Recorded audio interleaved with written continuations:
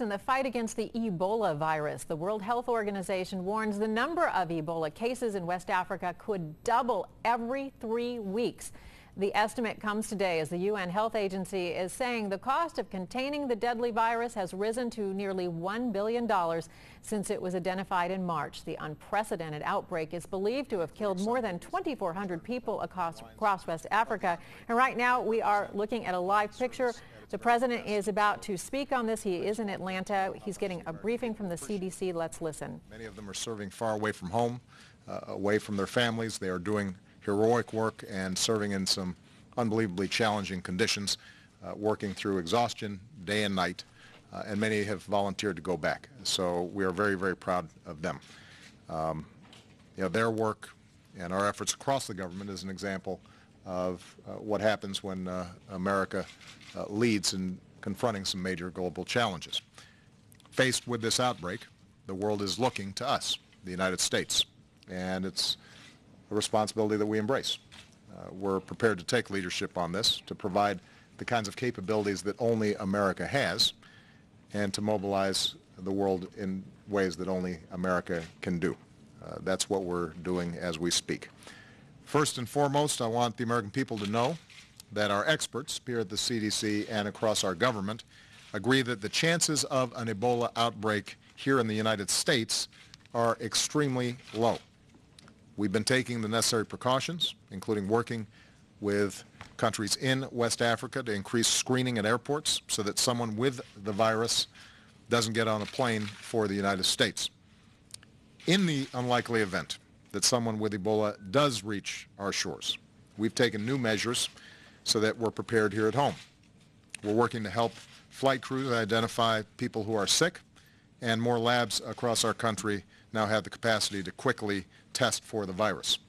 We're working with hospitals to make sure that they are prepared and to ensure that our doctors, our nurses, and our medical staff are trained, are ready, and are able to deal with a possible case safely.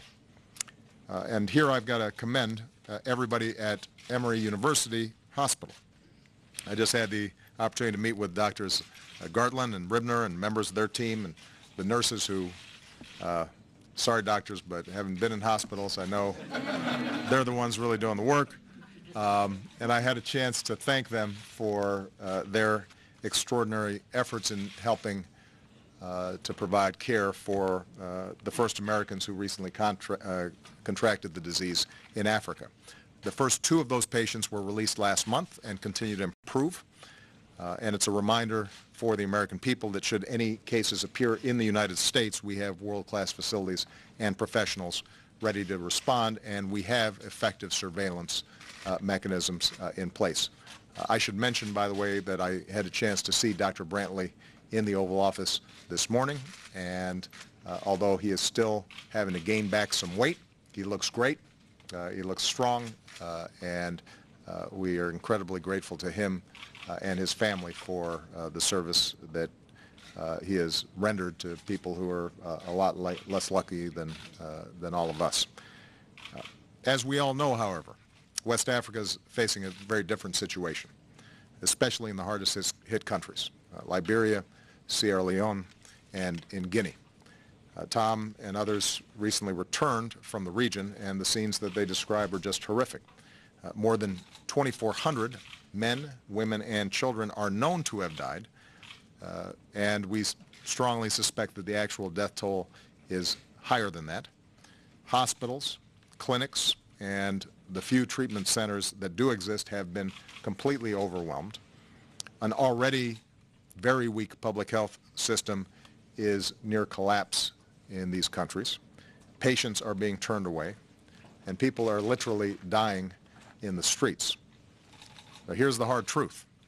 In West Africa, Ebola is now an epidemic of the likes that we have not seen before. It's spiraling out of control. It is getting worse. It's spreading faster and exponentially. Today, thousands of people in West Africa are infected. That number could rapidly grow to tens of thousands. And if the outbreak is not stopped now, we could be looking at hundreds of thousands of people infected, with profound political and economic and security implications for all of us.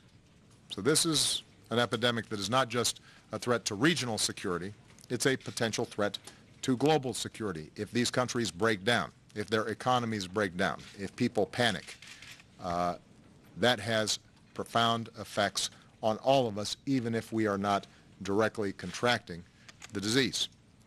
And that's why 2 months ago, I directed my team to make this a national security priority. We're working this across our entire government, which is why today I'm joined by leaders throughout my administration, including from my national security team. And we've devoted significant resources in support of our strategy with 4 goals in mind. Number 1, to control the outbreak. Number 2, to address the ripple effects of local economies and communities to prevent a truly massive humanitarian disaster. Number 3, to coordinate a broader global response. And number 4, to urgently build up a public health system in these countries for the future. Not just in West Africa, but in countries that don't have a lot of resources generally. Now, this is a daunting task, but here's what gives us hope. The world knows how to fight this disease. It's not a mystery. We know the science. We know how to prevent it from spreading. We know how to care for those who contract it. We know that if we take the proper steps, we can save lives. But we have to act fast. We can't dawdle on this one. We have to move with force and make sure that we are catching this as best we can, given that it has already broken out in ways that we had not seen before. So today I'm announcing a major increase in our response.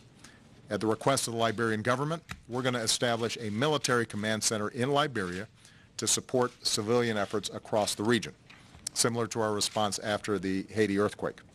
It's going to be commanded by Major General Darrell Williams, a commander of our armed Army forces in Africa. He just arrived today and is now on the ground in Liberia. And our forces are going to bring their expertise in command and control, in logistics, in engineering. And our Department of Defense is better at that.